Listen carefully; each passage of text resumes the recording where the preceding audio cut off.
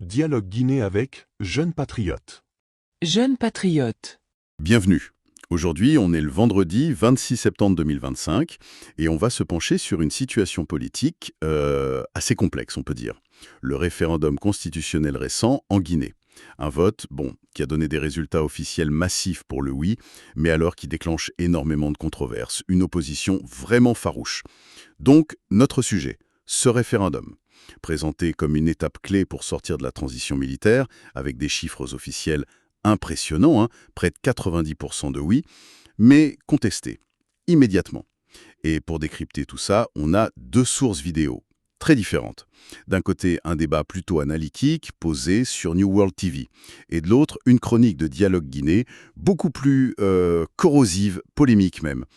Notre mission aujourd'hui, essayer de comprendre ce qui s'est joué, démêler un peu les arguments des uns et des autres, et surtout, saisir ce que ça implique pour l'avenir politique guinéen. Ok, allons-y. Plongeons là-dedans. Absolument. Et c'est important de bien cadrer les choses au départ. Ce référendum, son objectif officiel, c'était clair. Adopter une nouvelle constitution pour la Guinée, c'était censé marquer la fin de la période de transition dirigée par les militaires, la junte de Mamadi Doumbouya, qui avait commencé il y a à peu près 4 ans après le renversement d'Alpha Condé, lui-même d'ailleurs arrivé au pouvoir puis très controversé pour avoir changé la constitution pour un 3e mandat. Bref, l'idée c'était d'ouvrir la voie à des élections générales, législatives, présidentielles. Sur le papier, les résultats sont sans appel.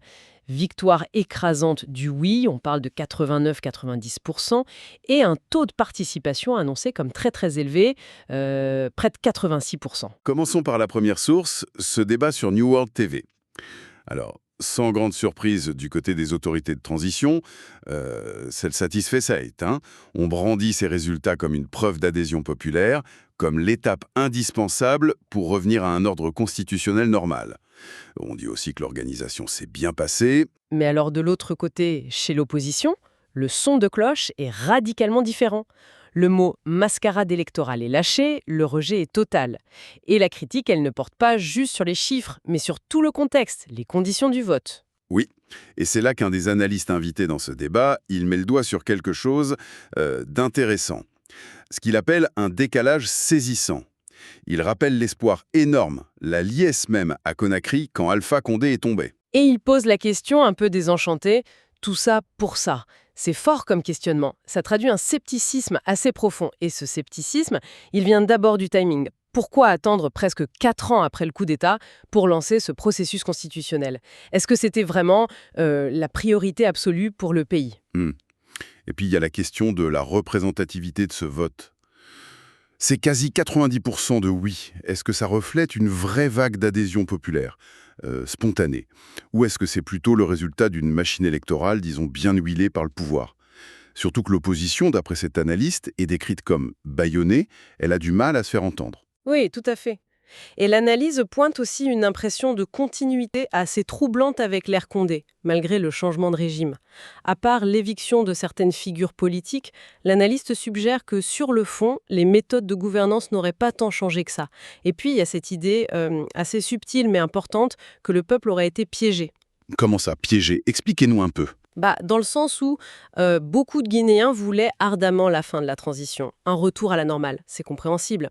Donc ils auraient voté oui à la nouvelle constitution dans cet esprit-là. Sauf que, ce faisant, ils auraient, peut-être sans mesurer toutes les conséquences, ouvert la porte et en quelque sorte validé par avance une possible candidature du chef de la junte lui-même, Mamadi Doumbouya, aux futures élections.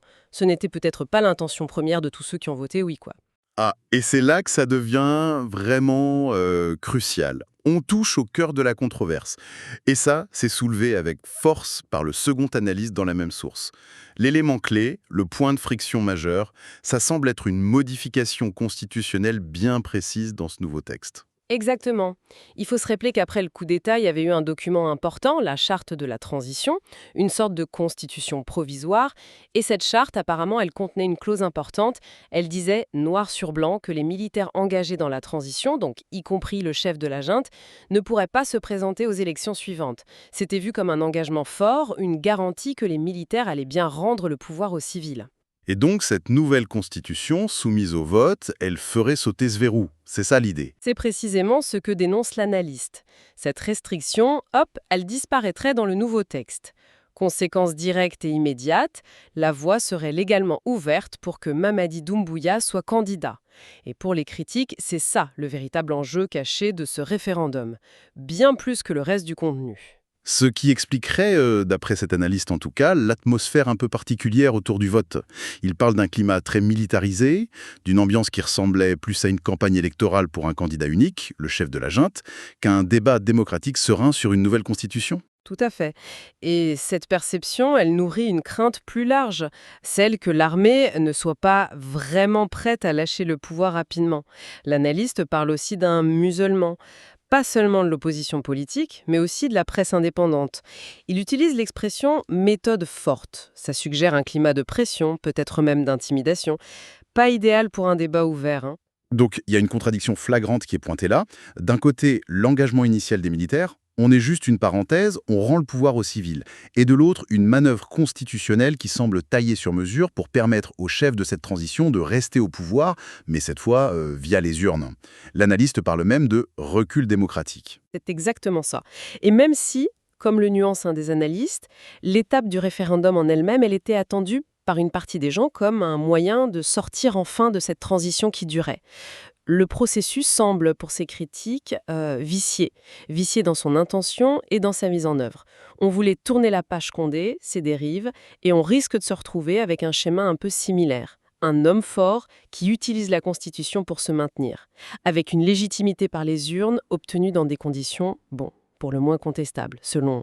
Ok, passons maintenant à notre deuxième source, la chronique de Dialogue Guinée. Et là, attention, changement radical de registre. On quitte l'analyse politique, même critique, pour entrer dans quelque chose de beaucoup plus direct, virulent, satirique, presque un pamphlet. Rien que le titre annonce la couleur. Faux référendum en Guinée par un faux général bientôt maréchal. Bon, l'ambiance est posée.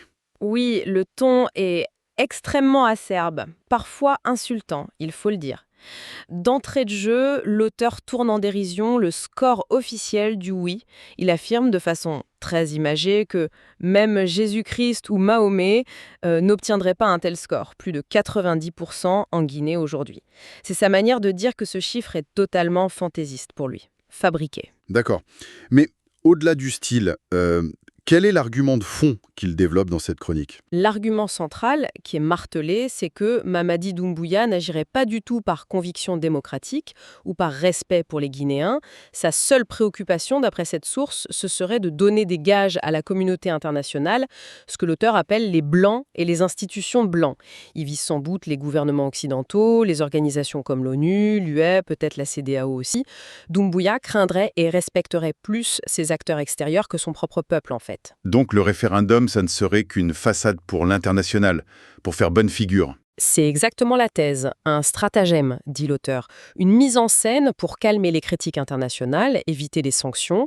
Le peuple guinéen, lui, serait réduit au silence par la peur et il ne pèserait rien dans les calculs du pouvoir, la volonté populaire, le cadet de ses soucis, seule l'image à l'extérieur compterait. Et la source va encore plus loin, avec des attaques personnelles très, très violentes contre Doumbouya.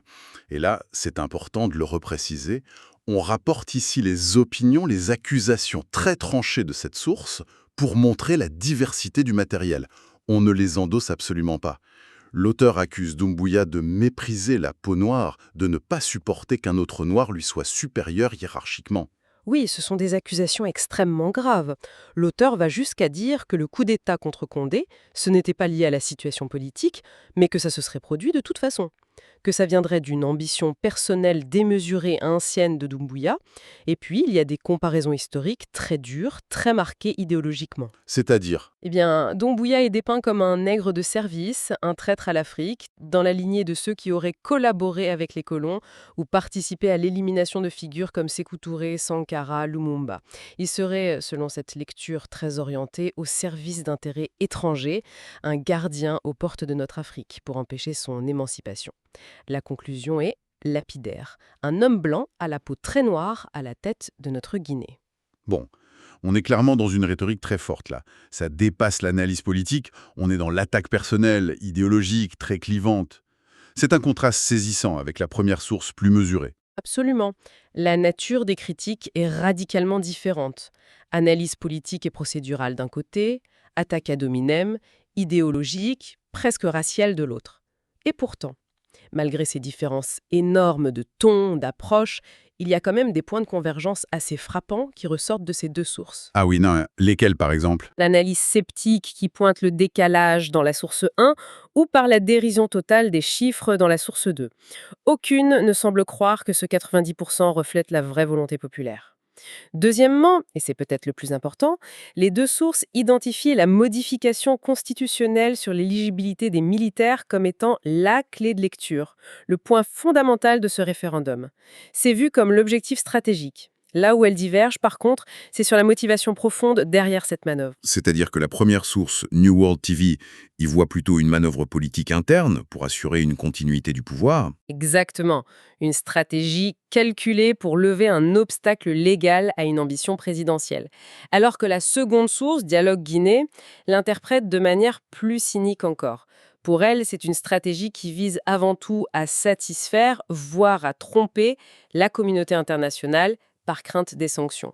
Le sort du peuple guinéen étant secondaire. Donc, même diagnostic sur l'objectif, permettre à Doumbouya de se présenter, mais des interprétations différentes des motivations, ambition interne versus pression externe. Si on essaie de prendre un peu de hauteur, on observe ici un schéma qui, malheureusement, n'est pas unique, ni sur le continent ni ailleurs. On utilise un outil démocratique, le référendum, la consultation populaire, mais sa mise en œuvre, le contexte politique restrictif, et surtout son contenu, très ciblé, cette fameuse clause sur l'éligibilité. Tout ça est perçu par les critiques comme servant avant tout les intérêts du pouvoir en place, plutôt que l'intérêt général ou une transition vraiment ouverte, inclusive. Oui, tout en gardant quand même à l'esprit la nuance qu'apportait la première source. Pour une partie de la population, ce référendum, malgré ses controverses, c'était aussi une étape nécessaire Attendu. pour enfin tourner la page de la transition et espérer un retour à une vie politique plus normale. Il y a cette dimension aussi. Alors, justement, quelles sont les implications de tout ça pour l'avenir de la Guinée? Qu'est-ce que ça signifie concrètement pour la suite? Les implications, elles semblent majeures, potentiellement lourdes de conséquences. D'abord, comme on l'a vu, la question de la candidature de Mamadi Doumbouya à la présidentielle. Elle est maintenant sur la table, au centre du jeu même. Les deux sources, par des chemins différents, nous disent que c'est non seulement possible légalement maintenant, mais très probable, voire que c'était le but de toute l'opération. Ce qui nous amène tout de suite à une deuxième question. Quel espace politique il restera pour les autres? Si le climat décrit dans la première source, les restrictions, les méthodes fortes, l'opposition muselée, si ça continue, comment est-ce qu'une vraie compétition électorale peut avoir lieu? Comment l'opposition pourra faire campagne, critiquer le bilan, proposer une alternative? C'est une vraie inquiétude pour la démocratie là-bas. Exactement. Et ça pose la question fondamentale de la légitimité du pouvoir qui sortira des prochaines élections. Si la base même de ce nouveau cycle politique, ce référendum, est déjà suspectée, qualifiée de mascarade, de stratagème, quelle sera la légitimité réelle, profonde, d'un président élu dans ces conditions? Surtout si c'est le chef de la junte lui-même. On risque d'avoir un pouvoir légal sur le papier, mais peut-être fragile, car manquant d'une large adhésion et contesté d'avance. Et puis il y a ce facteur externe, mentionné très crûment par Dialogue Guinée comme une préoccupation du pouvoir. Quelle va être la réaction de la communauté internationale, de la CEDEAO, des partenaires occidentaux? Vont-ils accepter ce processus comme ça, ou est-ce qu'ils vont exercer des pressions pour plus de garanties démocratiques? Leur attitude sera sûrement un élément clé à suivre. Tout à fait, leur rôle peut être déterminant, oui. Bon, pour résumer un peu notre exploration, ce référendum en Guinée nous laisse une image contrastée, c'est le moins qu'on puisse dire. D'un côté, la communication officielle, succès éclatant du oui, fin de la transition, nouvelle ère constitutionnelle. De l'autre, une opposition vent debout qui crie à la manipulation, des analystes qui pointent des incohérences, une manœuvre constitutionnelle très ciblée. Et des critiques extrêmement virulentes qui accusent le pouvoir de confisquer le processus. Le cœur du problème, cette modification qui permettrait à Mamadi Doumbouya de briller la présidence en reniant les engagements de départ.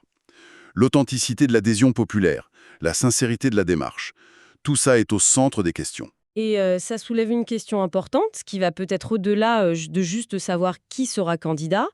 Si on prend au sérieux les descriptions de nos sources, espace civique contraint, opposition qui peine à s'exprimer, méthode forte, on peut se demander est-ce que les conditions sont vraiment réunies en Guinée pour un débat public serein, ouvert, contradictoire et approfondi sur le contenu même de cette nouvelle constitution. Au-delà de la question de l'éligibilité de Doumbouya, qui a focalisé toute l'attention, quel type de société, quel équilibre des pouvoirs, quelles garanties les Guinéens veulent-ils vraiment pour l'après-transition? Est-ce que la focalisation intense sur la forme du référendum et sur cette question de personne n'a pas au final éclipsé un débat de fond essentiel, un débat sur le projet de société porté ou pas par ce nouveau texte fondamental? C'est une question, je pense, qui mérite réflexion.